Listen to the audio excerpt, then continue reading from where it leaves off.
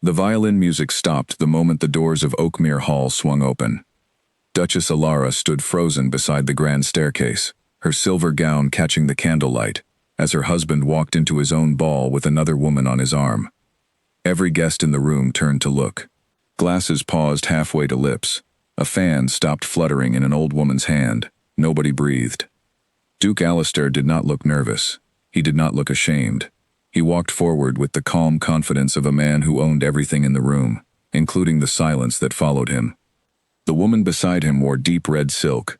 Her dark hair was pinned with pearls. She smiled at the crowd as though she belonged there, as though this was the most natural thing in the world. Alara's fingers tightened around her wine glass. She wanted to scream, to demand an explanation, to ask her husband what he thought he was doing in front of 300 guests. But the words caught in her throat the way they always did. Her stammer had haunted her since childhood, and in moments of great feeling, it became a prison with no door. She opened her mouth. Nothing came out but a broken breath. The guests began to whisper. Alara could hear fragments drifting across the ballroom, like poison in the air. "Is that Miss Ashworth from London? The singer? The one from the opera house?" Surely he wouldn't dare, not at his own ball, not with his wife standing right there. But he had dared. Alistair led the woman named Vivian Ashworth toward the head table, the very table reserved for the Duke and Duchess of Oakmere, and pulled out a chair for her, as if she were the honored guest of the evening. Alara's mother-in-law, the formidable Dowager Duchess Margaret, rose halfway from her seat near the fireplace, her mouth a thin line of fury. But even she did not speak. Nobody dared interrupt a duke in his own house, no matter how monstrous his behavior. Alara felt 300 pairs of eyes shift toward her, waiting to see what the silent bride would do. Waiting for tears, waiting for a scene, waiting for her to run from the room in shame, the way broken women in old stories always did. She did not run. She set her wineglass down on a passing servant's tray with a steady hand. She lifted her chin, and she looked directly at her husband across the crowded ballroom, holding his gaze for 3 long seconds, before he had the decency to notice her at all. Alistair's expression flickered, just for a moment, something that might have been surprise, or perhaps something closer to fear. He had expected tears. He had expected silence and submission, the same silence and submission he had grown used to over 2 years of marriage. He had not expected his wife to look at him the way a queen looks at a traitor. Then Alara turned, gathered the edge of her silver gown in one hand, and walked toward the ballroom doors. She did not hurry. She did not stumble. Every step echoed against the marble floor like a small, deliberate drumbeat, and the crowd parted before her as though she carried a blade none of them could see. Behind her, the orchestra tried to resume playing, but the notes came out thin and uncertain, matching the mood of the room. Whispers followed her out like smoke. Where is she going? Should someone stop her? Poor girl. Imagine the humiliation. Alara heard none of it clearly. Her ears were ringing with something louder than words, something that felt like the sound of a door closing on the person she used to be. She reached the entrance hall, where 2 footmen stood at attention, their faces carefully blank in the way servants trained themselves to be blank when their masters behaved badly. One of them, a young man named Henry, stepped forward, as though to ask if she needed anything. She shook her head and kept walking, out through the great front doors and into the cool night air. The gardens of Oakmere stretched before her, dark and quiet, lit only by lanterns strung along the stone paths. She walked past the roses, past the old fountain that had not worked properly in years, until she reached the low stone wall at the edge of the property, where the land dropped away into a gentle valley and the stars stretched out overhead in their endless, silent multitude. She stood there for a long moment, breathing in the cold air, letting it clear her head. Somewhere behind her, in the golden warmth of the ballroom, her husband was dancing with another woman in front of everyone they knew. And she, the silent bride, the woman who could not scream even when her whole world was burning down around her, had chosen to walk away instead. For the first time in 2 years, Alara did not feel weak for staying quiet. She felt like someone who was finally, carefully, beginning to plan. Behind her, footsteps crunched on the gravel path. She turned, expecting perhaps her lady's maid or one of the footmen sent to check on her. Instead, she found the Dowager Duchess standing there, wrapped in a heavy shawl, her face pale with fury in the moonlight. That boy, the older woman said quietly. Has lost his mind. Alara said nothing. She simply looked at her mother-in-law, waiting. I am going to fix this, the Dowager Duchess said, her voice hard as iron. But I need you to trust me, child. Can you do that? Alara nodded slowly. It was the only answer she could give without words, and for once, that felt like enough. Inside the house, the ball continued, bright and loud, and utterly unaware that its foundation had already begun to crack. Alara looked back once toward the glowing windows of Oakmere Hall, toward the life she had lived for 2 silent years, and made a private decision that she would carry with her long after the music finally stopped. She would not be the woman who simply endured. She would be the woman who survived, and won. The night air grew colder as the hours passed, but Alara did not go back inside. She sat instead on the low garden wall, wrapped in a shawl the Dowager Duchess had draped over her shoulders, before disappearing back into the house to deal with her son, and she thought about the 2 years that had led her to this exact moment. She had been 19 when the marriage was arranged. Her family, once wealthy, had fallen into quiet financial trouble after her father's failed shipping investments, and the union with Duke Alistair of Oakmere had seemed, at the time, like a solution to everyone's problems. Her father gained the connection and security his family desperately needed. Alistair gained access to a dowry that, though hidden from most of society, was far larger than anyone realized. Alara had gained a husband who barely looked at her. In the beginning, she had told herself it would improve. Marriages built on practicality sometimes grew into something warmer with time. She had read in the novels her mother once gave her. She had tried, in her own quiet way, to build a life at Oakmere. She had learned the names of every servant within the first month. She had organized the household accounts, which had been in chaos before her arrival.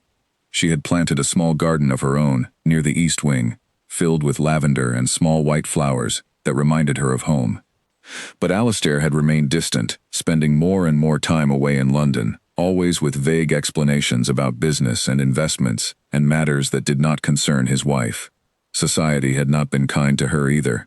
Her stammer, which grew worse whenever she felt nervous or overwhelmed, had made her an easy target for cruel jokes among the aristocratic circles she was now expected to move within. Women who might have become her friends instead exchanged amused glances whenever she tried to speak at a dinner party. Men found it easier to simply address their comments to Alistair, as though his silent wife were not fully present in the room at all. She had learned, over those 2 years, to keep her thoughts written instead of spoken. She kept a leather journal in the drawer of her writing desk, filled with observations, plans, and things she wished she had the courage to say aloud. Words came easily to her on paper, in a way they never did in conversation, and she had grown almost grateful for the silence that others mistook for weakness. It gave her time to watch, to notice things other people missed. And she had noticed a great deal over the past several months. She had noticed the way Alistair's letters from London had grown more frequent, and how he guarded them carefully, always folding them away the moment she entered a room. She had noticed unfamiliar charges on the household accounts, small at first, then growing larger, tied to addresses she did not recognize. She had noticed the particular kind of distracted guilt in her husband's eyes whenever she asked him, in her careful, halting way, where he had been. She had not known the details until 3 weeks ago, when her lady's maid, a sharp and loyal young woman named Bess, had come to her with trembling hands and a folded letter she had found while attending to the Duke's private study. The letter had been from a woman named Vivian Ashworth, a singer of some renown in London's theatre circles. The words within it had left little room for misunderstanding. Alistair had promised her things, an annulment, a future together, a life far from the cold formality of Oakmere Hall. Alara had read the letter 3 times, before folding it carefully and placing it back exactly where Bess had found it. She had not confronted her husband. She had not wept, not where anyone could see her. Instead, she had begun, quietly and methodically, to prepare. She had reviewed her own marriage contract, buried deep within her father's old papers, which she had brought with her from her childhood home. She had written to her family's solicitor in London, a careful, elderly man named Mr. Whitfield, who had served her father for 30 years, and who she trusted more than anyone else alive. She had begun to understand things about her own financial position that Alistair, in his carelessness, seemed to have entirely forgotten. And she had waited.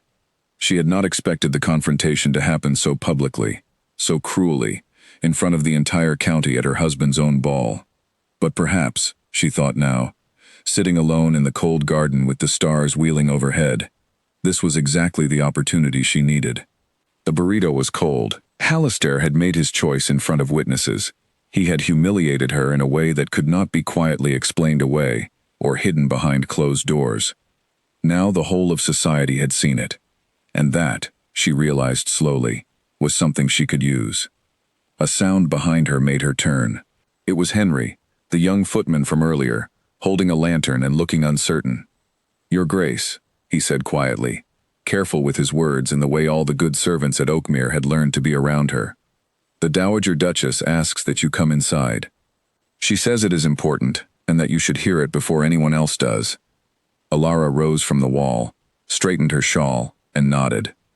Whatever was happening inside the house, she intended to face it with the same steady composure she had shown when she walked out of that ballroom. She followed Henry back along the garden path, through the side entrance that led away from the noise of the ball, toward whatever waited for her next. The corridor leading to the Dowager Duchess's private sitting room was quiet, lit only by a few candles in wall sconces, the sound of the ball a distant murmur through thick stone walls. Alara's footsteps slowed as she approached the door, which stood slightly open, spilling a warm line of light across the dark floor. Inside, she found the Dowager Duchess seated in a high-backed chair near the fireplace, her face still tight with anger, though something had shifted in her expression since the garden. There was a kind of grim satisfaction there now, the look of a woman who had found a weapon and intended to use it. "Close the door, child," the Dowager Duchess said, "and sit." Alara did as she was told, settling into the chair opposite her mother-in-law, her hands folded carefully in her lap. "I have spent the last hour speaking with my son," the older woman began, "and I confess I have never in my life been so ashamed to call someone my child. He offered excuses, he offered apologies that meant nothing. He even suggested at one point that you would understand, given time, as though understanding were something owed to a man who parades his mistress in front of his own wife." Alara's jaw tightened, but she said nothing, waiting for the rest. "But in the course of our conversation," the Dowager Duchess continued, "I learned something rather interesting. Something my foolish son let slip in his panic, which I do not believe he intended for me to hear." She leaned forward slightly, her eyes sharp in the candlelight. "He is in debt, Alara. Significant debt. The kind of debt that could see this entire estate sold within the year if it became publicly known. He has been borrowing against expectations, against future income, against promises he has made to men in London who will not wait forever to be repaid." Alara's breath caught. This explained the strange charges she had noticed in the household accounts, the increasingly frequent trips to London, the tension that had settled over her husband like a fog these past months. "What does that have to do with me?" Alara managed to ask, her words slow but clear, the effort of speaking under such careful control that her mother-in-law waited patiently for each syllable. "Because," the Dowager Duchess said, "your dowry, and the terms attached to it in your marriage contract, are the only thing currently protecting this family from complete financial ruin. I do not believe my son fully understands the terms himself. He signed the papers 2 years ago without reading them closely, eager only for the money itself. But I have seen the original contract, drafted by your father's solicitor, and it contains a clause that I suspect neither Alistair nor his own lawyer ever properly considered." Alara sat very still. "What clause?" she asked. The Dowager Duchess smiled, a thin, sharp expression that held no warmth but a great deal of satisfaction. "The full dowry, and the income tied to your family's remaining shipping interests, only transfers permanently to the Oakmere estate after 5 years of marriage, provided the marriage remains intact and the Duchess herself agrees to certain conditions being met. Until that time, the funds remain, in a legal sense, under your control, administered on your behalf, not his. Your father was a careful man, whatever his other failings. He protected you, even if you did not know it." Alara felt something shift inside her chest, a slow unraveling of fear into something closer to clarity. "You are saying," she said carefully, testing each word, "that Alistair needs me, not simply as a wife in name. He needs the marriage to continue, needs me to remain willing, or he loses everything that is currently keeping his creditors at bay. Precisely, the Dowager Duchess said. Which means, my dear, that for the first time since you arrived at Oakmere, you hold more power in this situation than my son does. The question now is, what you intend to do with it. Alara looked toward the fire, watching the flames curl and shift, thinking of the ballroom she had walked out of, thinking of Vivian Ashworth's confident smile, thinking of 2 years of quiet endurance that had finally, unexpectedly, become something else entirely. She thought of her journal at home, filled with careful plans she had never quite dared to act upon. I want to speak with Mr. Whitfield, she said slowly, as soon as possible. And I want to know everything about this contract, every clause, every condition, before I decide anything. The Dowager Duchess nodded, something like respect flickering across her weathered face. Good girl, she said quietly. I will send word to London first thing tomorrow. In the meantime, I suggest you get some rest. Tomorrow, I expect, will be a very long day. Alara rose from her chair, her legs steady beneath her despite the exhaustion pulling at her shoulders. As she reached the door, the Dowager Duchess spoke once more, her voice softer now, almost gentle. For whatever it is worth, she said, I am sorry for what my son has done to you tonight. You did not deserve it, but I will say this. I have never been prouder of anyone in this family than I was watching you walk out of that ballroom with your head held high. Alara paused, her hand on the doorframe, and for the first time that evening, allowed herself a small, tired smile. Thank you, she said, the words coming easier than they had all night. Then she stepped out into the quiet corridor, leaving the warm firelight behind her, already beginning to plan the conversation that would, in time, change everything about the life she had been living in silence for far too long. Morning came gray and quiet over Oakmere, the kind of soft light that made the whole estate look washed clean, as though the previous night had never happened at all. But Alara knew better. She had barely slept, her mind turning over every detail the Dowager Duchess had shared with her, and by the time the first birds began singing outside her window, she was already dressed and seated at her writing desk. Bess entered quietly with a tray of tea, setting it down without a word, her eyes searching Alara's face for some sign of how she was truly feeling. Alara offered her a small nod of reassurance, though her heart still felt tight in her chest. Is there any word from the Duke this morning? Alara asked, her voice careful and measured. He left before dawn, Your Grace, Bess said quietly. Rode out toward the North Road. The stable boy said he looked in quite a hurry. Alara considered this, running from a conversation he did not want to have, most likely. It did not surprise her.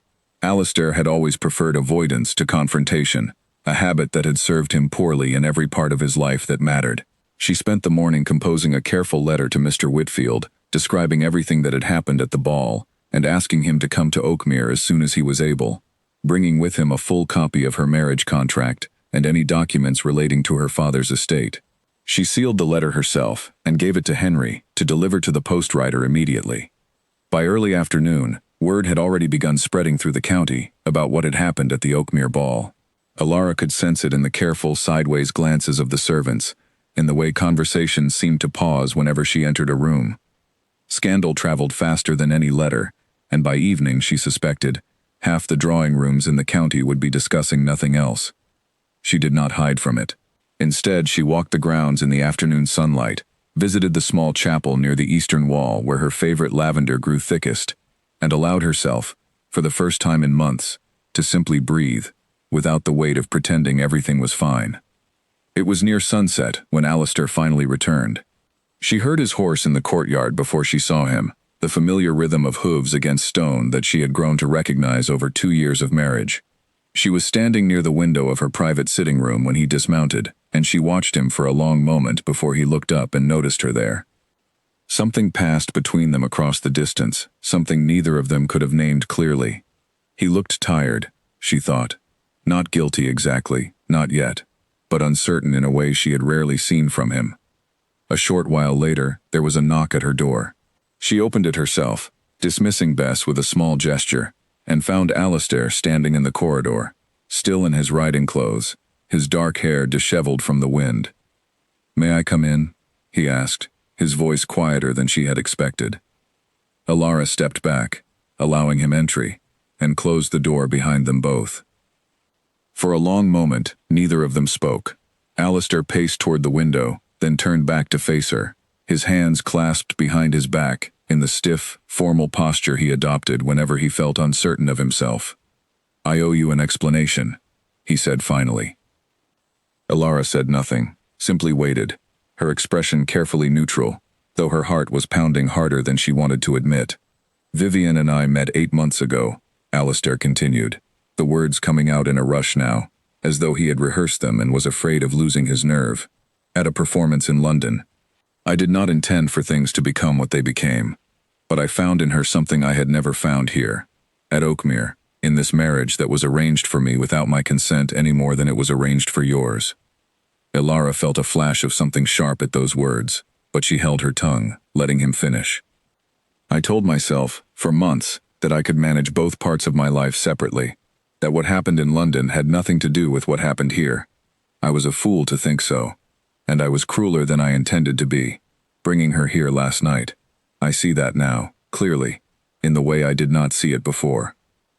"Why did you do it?" Elara asked, the words emerging slow and deliberate, each syllable carefully shaped. "Why bring her here, to this house, in front of everyone we know?" Alistair's jaw tightened. He looked away from her, toward the darkening window. "Because I am a coward," he said quietly. "I thought that if enough people saw us together, the truth would simply become accepted, and I would not have to be the one to say the difficult words to your face. I thought you would not react. I thought—" He paused, shaking his head. "I thought your silence meant you would simply accept whatever I decided, the way you have accepted everything else these past 2 years." The words landed heavier than he perhaps intended, and Elara felt her chest tighten, not with hurt this time, but with something closer to cold, clear anger. "You mistook my silence for weakness," she said, each word deliberate and unhurried, refusing to let her stammer rush her into losing control of the moment. "That was your error, Alistair, not mine." He looked at her then, truly looked at her, as though seeing something in her expression he had never noticed before. "I know," he said quietly. "I understood that the moment you walked out of that ballroom last night, every person in that room watched you go, and not one of them pitied you. They respected you. I have never in 2 years of marriage inspired that kind of respect from anyone." Elara studied him for a long moment, weighing his words, uncertain how much of his sudden humility was genuine, and how much was simple panic at the financial disaster his mother had surely already begun explaining to him. "What do you intend to do now?" she asked. "About Miss Ashworth, about the debts your mother tells me you have accumulated, about this marriage." Alistair's eyes widened slightly at the mention of the debts, clearly surprised his mother had already shared that information, but he did not deny it. "I do not know yet," he admitted.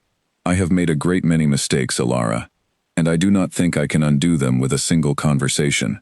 But I would like the chance to try, if you are willing to give it to me." Elara considered him for a long moment, this man she had married without love, who had humiliated her in front of the entire county, who now stood before her, offering vague promises with nowhere else to turn. "I need time," she said finally. "And I need honesty, complete honesty, about every part of what you have done and what you owe. If you can give me that, I will consider what comes next. But I will not simply forgive and forget, Alistair. Those days are finished." He nodded slowly, something like relief and something like shame, crossing his features in equal measure. "That is more than I deserve," he said quietly, and left her alone with her thoughts as the last light faded from the window. Mr. Whitfield arrived at Oakmere 3 days later, a small, precise man with silver spectacles and a leather case of documents that he guarded as carefully as a soldier guards a weapon. Elara received him in the study that had once belonged to her father, a room she had claimed for her own use shortly after her wedding, filled with books and ledgers that Alistair had never once shown interest in reading. "Your Grace," Mr. Whitfield said, settling into the chair across from her desk, "I have reviewed everything you sent, and I have brought the original contract along with several other documents I believe you will find quite illuminating." Elara folded her hands and waited, her attention fully fixed on the old solicitor's careful expression. "Your father," he began, "was far more cautious than most men of his generation when arranging your marriage. He suspected, I believe, that the Oakmere estate carried certain financial risks, though he could not have known the full extent of them at the time. He insisted on a clause that protected your dowry from full transfer until certain conditions were met, over a period of 5 years. The Dowager Duchess mentioned this to me, Elara said, but I would like to understand it fully myself. Mr. Whitfield opened his case and withdrew a thick folder of papers, spreading them carefully across the desk. In simple terms, he said, the income and capital tied to your dowry currently remain under a trust structure that names you as the primary beneficiary, with full control, transferring to the Duke only after 5 years of marriage, provided several conditions are satisfied. Chief among them, Your Grace, is a clause requiring your written consent to any transfer of estate assets used as collateral against outside debts. Elara's eyes narrowed slightly. Meaning? Meaning, Mr. Whitfield said, tapping the relevant page, that if the Duke has been borrowing against future income from your dowry, as I understand he has, without your knowledge or consent, he may have violated the terms of this contract entirely, which would give you significant legal standing should you choose to use it. Elara sat back in her chair, absorbing the weight of what she was hearing. For 2 years, she had believed herself powerless in this marriage. A quiet, silent peace moved about the chessboard of other people's decisions. Now it seemed she had held real power all along, hidden within pages of legal language she had never thought to examine closely. How significant? She asked. Significant enough, Mr. Whitfield said, that the Duke's creditors, if they learned of this clause, would have serious cause for concern about the security of their loans. It is possible, Your Grace, that without your continued cooperation and consent, several of his largest debts could become immediately difficult, if not impossible, for him to manage. Elara absorbed this in silence for a long moment, her mind working through the implications. I do not wish to destroy him, she said finally. Whatever he has done, however cruel his actions have been, I do not want to see this family's name dragged through complete ruin, not when it would harm innocent people along with him, the servants who depend on this estate for their livelihoods. His mother, who has shown me nothing but kindness these past years despite her son's failures. That is admirable, Your Grace, Mr. Whitfield said carefully, though I would gently suggest that admirable and wise are not always the same thing. You are entitled to protect yourself first. I intend to, Elara said, a note of quiet steel entering her voice that surprised even her. But I intend to do it on my own terms, not through simple destruction. I want conditions placed on any further use of my dowry. I want honesty about every debt currently owed. And I want assurance, in writing, that Miss Ashworth will have no further place in this household, or in my husband's affairs. Mr. Whitfield smiled slightly, the first genuine expression of warmth she had seen from him since his arrival. Your father would be very proud, Your Grace, to see how carefully you have thought this through. Elara felt a small, unexpected ache at the mention of her father, gone now for over a year, who had never lived to see how thoroughly the protections he built into her marriage contract would come to matter. Draft the terms, she said. I will present them to my husband myself. Over the following days, word of the scandal at Oakmere continued spreading through London society, carried by guests who had witnessed the ball firsthand and embellished with each retelling. Elara received several letters from distant acquaintances, some sympathetic, some barely disguising their curiosity, all of them eager for details she had no intention of sharing. More significantly, she received a letter that surprised her greatly, addressed in an unfamiliar, elegant hand, from Vivian Ashworth herself. Elara read it alone in her study, her expression unreadable as she absorbed each careful line. Vivian wrote that she had learned, only after the humiliating scene at the ball, of certain promises Alistair had made to her regarding an annulment that had never actually been filed with any court, regarding a future together that had never been anything more than convenient words spoken in private moments. She wrote that she had believed herself free to pursue a life with a man she thought was truly available to offer one. The letter ended with an apology, sincere in its tone, expressing deep regret for the pain she had unknowingly caused, and informing Elara that she had already left London for an extended engagement in Bath, intending never to return to Oakmere or to any part of Alistair's life again. Elara set the letter down slowly, feeling something complicated settle in her chest. Anger, still, but tempered now with a strange kind of understanding. Vivian had been deceived as thoroughly as she had been humiliated. They were not enemies, she realized. They had both simply been used by the same careless, frightened man. She folded the letter carefully and placed it in the drawer of her desk, beside her journal, another piece of evidence in the case she was slowly, methodically building for herself.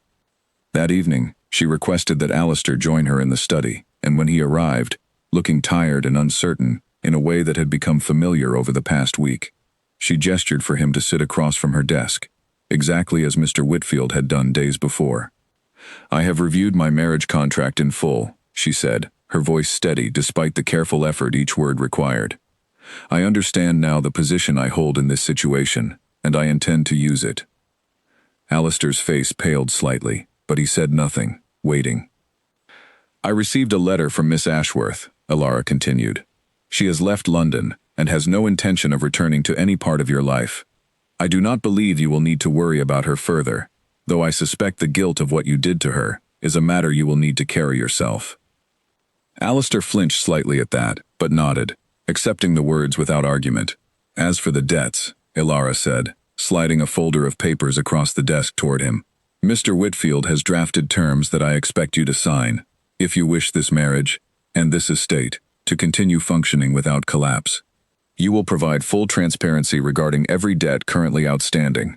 You will consult me before any further use of funds tied to my dowry, and you will begin the slow, careful work of rebuilding trust in this household, starting with the servants and tenants who have watched their Duke behave dishonorably these past months." Alistair opened the folder, scanning the careful legal language within, his expression shifting from surprise to something like reluctant respect. "You have thought of everything," he said quietly. "I have had a great deal of time to think," Alara said, "given how little conversation you offered me these past 2 years." He looked up at her then, and for the first time since the night of the ball, she saw something in his eyes that looked almost like genuine remorse, rather than simple panic at the consequences of his actions. "I will sign it," he said. "All of it, and I will do the work you ask of me, Alara, not because the contract demands it, but because I understand now, far too late, what I nearly destroyed." The agreement between them held for exactly 9 days before the first real test arrived. Alara was reviewing the household accounts in the study, a task she now performed each morning, with Mr. Whitfield's careful instructions fresh in her mind, when Henry knocked sharply on the door, his face pale. "Your Grace," he said, "there is a gentleman at the gate, demanding to see the Duke immediately. He says his name is Mr. Grimsby, and he refuses to leave until he speaks with someone." Alara set down her pen. She had seen the name Grimsby before, scrawled across several of the debt papers Alistair had surrendered to Mr. Whitfield, one of the 3 London lenders holding the largest portion of her husband's outstanding obligations. "Where is the Duke?" she asked. "Riding the eastern fields, Your Grace. Word has been sent, but it will be some time before he returns." Alara rose from her desk, smoothing her skirts with steady hands. "Show Mr. Grimsby to the drawing room. I will speak with him myself." Bess, standing near the doorway, looked alarmed. "Your Grace, perhaps you should wait for the Duke, or send for the Dowager Duchess." "I have waited long enough for other people to manage my affairs," Alara said quietly. "I intend to hear what this man wants directly." Mr. Grimsby proved to be a broad-shouldered man with cold eyes and an expensive coat that did little to soften the sharpness of his manner. He did not rise fully from his bow when Alara entered the drawing room, a small discourtesy that told her a great deal about how he viewed the situation. "Your Grace," he said, his tone carrying the faintest edge of mockery. "I confess, I expected the Duke himself." "The Duke is occupied," Alara said, seating herself with deliberate calm across from him. "You may state your business with me." Grimsby studied her for a long moment, clearly weighing whether the silent, stammering Duchess he had perhaps heard rumors about was worth taking seriously at all. "Very well," he said finally. "Your husband owes my associates a considerable sum, borrowed against future income he assured us was secured through your family's dowry. We have heard troubling word, however, that certain restrictions may prevent that income from being available as promised. I am here to determine whether we have been deceived, and whether we ought to begin proceedings to recover our funds through less patient means." Alara felt her pulse quicken, but she kept her expression carefully still. exactly as she had learned to do through 2 years of practiced silence. "What kind of proceedings do you have in mind, Mr. Grimsby?" she asked, each word deliberate. "Public ones, if necessary," he said, a faint smile touching his lips. "A scandal is already circling this house, I understand. It would not take much additional effort to ensure the whole of London society learns precisely how deep the Duke's debts run, and how carelessly they were incurred." The threat hung in the air between them, and for a moment, the old fear rose in Alara's chest, the instinct to retreat into silence and let someone else handle the danger. She pushed it down. "You are welcome to pursue whatever course you believe serves your interests," she said, her voice steady despite the effort. "But I would advise you to consider the consequences carefully before doing so. The funds you believe secured my husband's debts were never legally available to him without my written consent. Any loan made against them was made on false representation, Mr. Grimsby, not by my failure, but by his. Should you pursue public exposure, you will find yourself explaining to your associates why you extended significant credit against collateral that was never truly his to offer. I do not believe that reflects well on the judgment of your firm." Grimsby's confident expression faltered slightly, a flicker of genuine surprise crossing his features. "You are remarkably well informed, Your Grace," he said carefully. "I am the daughter of a man who spent his life protecting the interests of his family through careful documentation," Alara said. "I would be a poor steward of his legacy if I allowed myself to be intimidated in my own home." She rose from her chair, a clear signal that the conversation had reached its natural end. "I am prepared to discuss a reasonable repayment arrangement, structured over time, drawn from estate income rather than any dowry funds. That offer will remain available for 1 week. After that, Mr. Grimsby, I suspect Mr. Whitfield, my solicitor, would be delighted to discuss the matter with your firm's own legal counsel, in considerably less comfortable surroundings than this drawing room." Grimsby stood slowly, straightening his coat, something like reluctant respect settling into his expression despite himself. "I will relay your offer," he said. "Good day, Your Grace." After he had gone, Alara sank back into her chair, her hands trembling slightly now that the danger had passed, the adrenaline of the confrontation finally catching up with her. Bess rushed to her side with a glass of water, but Alara waved her off gently, taking a slow breath instead. She had done it. She had faced a threat meant to frighten her into silence, and she had not broken. When Alistair returned an hour later and heard what had happened, his face went through several emotions in rapid succession: alarm, guilt, and finally something that looked remarkably like awe. "You should have sent for me," he said, though there was no real reproach in his voice. "I did not need to," Alara said simply.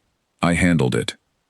That evening, Mr. Whitfield was summoned back to Oakmere to formalize a structured repayment plan with Grimsby's firm and the other lenders, drawing strictly from estate income and the sale of the unused properties, exactly as Alara had promised. The negotiations took another 2 weeks of careful correspondence, but by the end of it, every debt had been placed on a manageable path forward, with no further threat of public exposure hanging over the family name.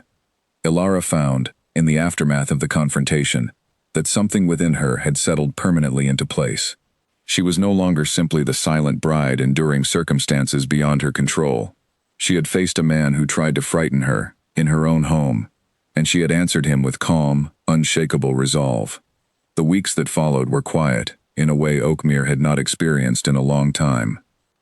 Alistair kept his word, presenting a full accounting of his debts to Mr. Whitfield and Alara together, revealing a tangled mess of borrowed money spread across 3 separate lenders in London. All of it accumulated through years of careless spending and a stubborn refusal to admit his own recklessness even to himself. Alara did not simply hand over solutions. She sat through long, difficult conversations in the study, reviewing figures late into the evening, asking sharp questions that often left Alistair without easy answers. Slowly, methodically, a plan took shape. Certain unused properties on the estate's edges would be sold to satisfy the most pressing debts. A strict budget would govern the household for the next several years, and any further borrowing would require Alara's written consent, exactly as her father's careful contract had always intended. The servants noticed the change first.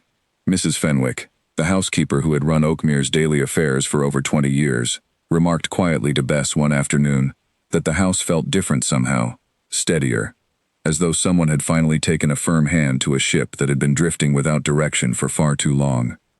Ilara found, too, that something within herself had shifted. She still stammered, especially in moments of stress, but she no longer felt ashamed of it in the way she once had. She had discovered that her silence, the very thing society had mocked her for, had given her the patience and careful observation that ultimately saved her family's fortune and her own dignity. She began speaking more in small gatherings, not fluently, not without effort, but without the fear that had once kept her locked away entirely. The Dowager Duchess, watching all of this unfold with evident satisfaction, began inviting Ilara to sit with her more often in the evenings, sharing stories of the estate's history, teaching her things about managing a great house that Alistair himself had never bothered to learn. A genuine friendship began forming between the two women, built on mutual respect rather than simple family obligation. Alistair, for his part, seemed genuinely changed by the experience, though Ilara remained careful not to trust too quickly or too completely. He began spending more time at Oakmere rather than escaping to London. He took a real interest, for the first time, in the tenants who worked the estate's farms, walking the fields with the estate manager, and learning names and faces he had previously never bothered to know.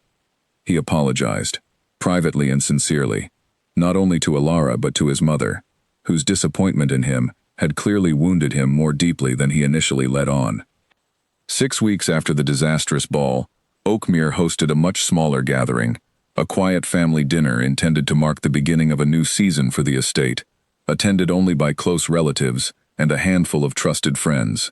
Ilara wore a deep blue gown that evening, simpler than the silver silk she had worn the night everything changed, and she moved through the gathering with a quiet confidence that several guests noted with visible surprise. It was during this gathering, in a private moment after dinner, that Alistair found her standing near the same garden wall where she had once sat alone beneath the stars, wrapped in the Dowager Duchess's borrowed shawl, uncertain of what her future held. "I wanted to ask you something," he said, standing a respectful distance away, "and I want you to know that whatever you decide, I will accept it and continue doing the work I promised, regardless of your answer." Ilara turned to face him, waiting. "Do you think," he asked, his voice quieter than she had ever heard it, "that there is any chance for something real between us? Not the arrangement we began with. Something built on the trust I am trying, slowly, to earn back." Ilara considered the question carefully, the way she considered most important things now, weighing her words before she spoke them. "I do not know yet," she said honestly, her voice steady despite the effort each word required. "But I know that 6 weeks ago, I would not have believed this conversation was possible at all. You have shown me, through actions rather than empty words, that change is possible. That matters more to me than any promise you could make tonight." Alistair nodded, accepting this without argument, something like hope flickering quietly in his expression. "Then I will continue earning it," he said, "for as long as it takes." Ilara looked out over the dark valley beyond the garden wall, the same view she had studied on the worst night of her marriage, and found that it looked different now, not because the land had changed, but because she had. "There is one more thing," she said, turning back to him. "I want an heir, when the time is right, to grow up in a household built on honesty, not silence and secrets. If we are to build something real together, it must start there." "Agreed," Alistair said simply, and for the first time in 2 years of marriage, Ilara believed him completely. The stars overhead seemed brighter that night than she remembered them being before, or perhaps she had simply never allowed herself the stillness to notice them properly. She thought of the silent, frightened bride who had walked out of a ballroom weeks ago, humiliated in front of everyone she knew, and she realized that woman had not disappeared entirely. She had simply learned, at last, that silence and strength were never truly opposites at all. They had, all along, been the very same thing. Word of the reconciliation, and of the Duke's genuine transformation, eventually spread through the same social circles that had once whispered so cruelly about the silent bride of Oakmere. But this time, the whispers carried a different tone entirely, one of quiet admiration for a young duchess who had faced public humiliation with dignity and turned it, through patience and careful strength, into a foundation for something lasting. Ilara never became a woman who spoke easily or without effort. Her stammer remained a part of her, woven into the fabric of who she was, no longer something to hide, but simply another thread in a life she had fought hard to reclaim.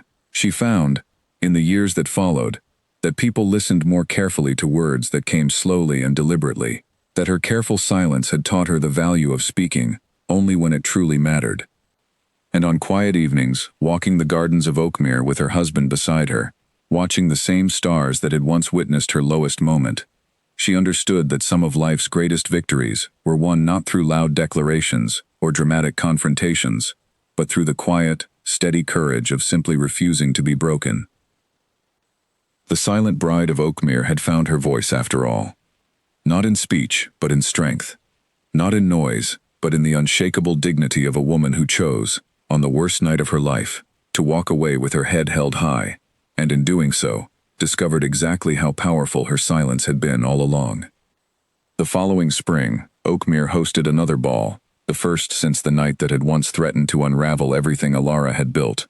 The invitations went out weeks in advance, and by the time the evening arrived, curiosity had drawn nearly every prominent family in the county through the great front doors, each guest eager to see for themselves how the silent Duchess had fared since the scandal that once consumed every drawing room conversation for miles. Alara wore gold that night, a color she had never chosen before, bright and unapologetic in a way that matched the woman she had slowly become. She stood beside Alistair at the top of the staircase as guests arrived, and when conversations faltered around her, when curious eyes lingered a little too long, she did not shrink from them the way she once might have. Lady Pembroke, one of the sharpest tongues in the county, approached her early in the evening with a thin smile clearly meant to provoke. "Your Grace," she said, "how brave of you to host another ball, given what happened at the last one." Alara met her gaze steadily, taking her time with her words, refusing to be rushed by the woman's obvious attempt to unsettle her. "Bravery," Alara said slowly, "is simply choosing to stand in a room rather than run from it, Lady Pembroke. I find I have grown rather fond of the practice." The older woman's smile faltered, and she excused herself shortly after, unable to find a clever response to match the quiet certainty in Alara's voice. Word of the exchange spread through the ballroom within the hour, told and retold with growing admiration, and by the time the musicians struck up the first dance, the mood of the room had shifted entirely.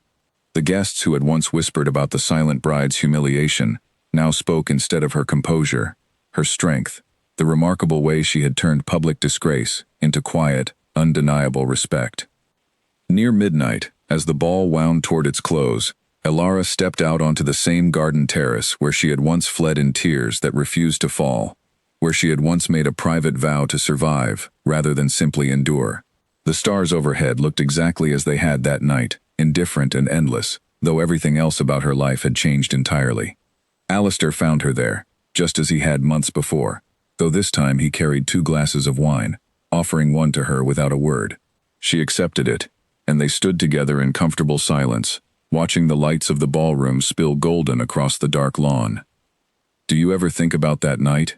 he asked quietly. "Every day," Alara admitted. "Though not with the pain I once carried. I think of it now as the moment I stopped waiting for someone else to save me." Alistair nodded slowly, turning his wineglass in his hand. "I do not deserve the life we have built since then. I know that. But I intend to keep earning it, for as long as you will allow me the chance." Alara looked out over the valley, the same view that had once witnessed her lowest and most uncertain moment, and felt only quiet, settled peace where fear had once lived. "You already have," she said simply, and for the first time in a very long while, she meant every word without a single trace of hesitation. Inside, the music continued, bright and warm, filling the halls of Oakmere with the sound of a house that had finally, truly, learned how to heal.